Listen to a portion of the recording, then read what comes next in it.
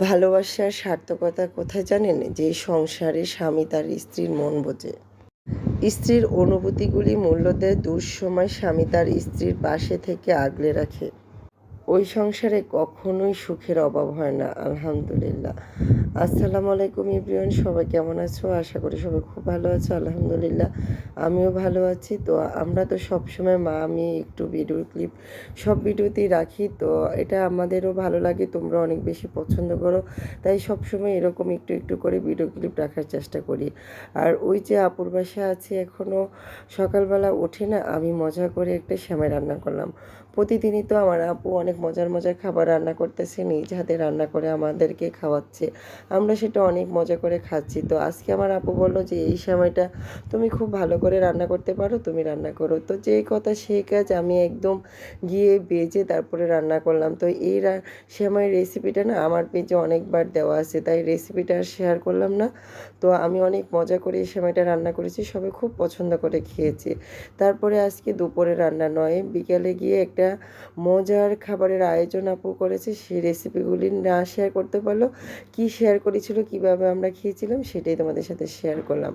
এখানে আপু বড় একটা হাঁড়িতে অনেক মজা করে হালিম রান্না করতেছে। এইখানে 3 প্যাকেট হালিম একসাথে রান্না করতেছে, আর অনেকগুলি মাংস দিয়ে এত এত মজা হয়েছিল। যদিও হালিম রান্নার সময় আমি একটু বাসায় ছিলাম না, বাসায় আসার পরে আপু বললো যে একটু ভিডিও ক্লিপ নাও, এত মজার হালিম রান্না করতেছি। তো আমি আর নিতে পারিনি। যাই হোক, কেউ একজন হয়তো আমার মোবাইল থেকে ভিডিও ক্লিপগুলি নিয়ে রাখছিল, হয়তো আমার ছেলে বা আমার আপুর মেয়ে এরকম হবে। তো আমি গ্যালারিতে খুঁজতে খুঁজতে আজকে পেয়ে গেলাম যে হালিম রান্নার করেছিল সে খাওয়ার ভিডিওগুলো। তো আজকে আমি তোমাদের সাথে শেয়ার করে দিলাম, এত এত মজা হয়েছিল, সবাই আমরা এত বেশি করে খেয়েছিলাম, আর সাথে ছিল ঠান্ডা ঠান্ডা দই। তো আমার ছেলে হালিম পছন্দ করে, কিন্তু এক বাটির ওপরে কখনই খেতে পারে না। তো যাই হোক, তার ছোটো আম্মুর হাতের হালিম অনেক বেশি মজা হয়েছিল বলে সে এক বাটি খেয়ে তারপর আরেক বাটি নিয়েছিল, আর পারেনি। আর আমি আমার বোনের 2 মেয়ে মিলে আমরা অনেকগুলি খেয়েছিলাম, প্রায় 3 বাটির মতো খেয়েছি।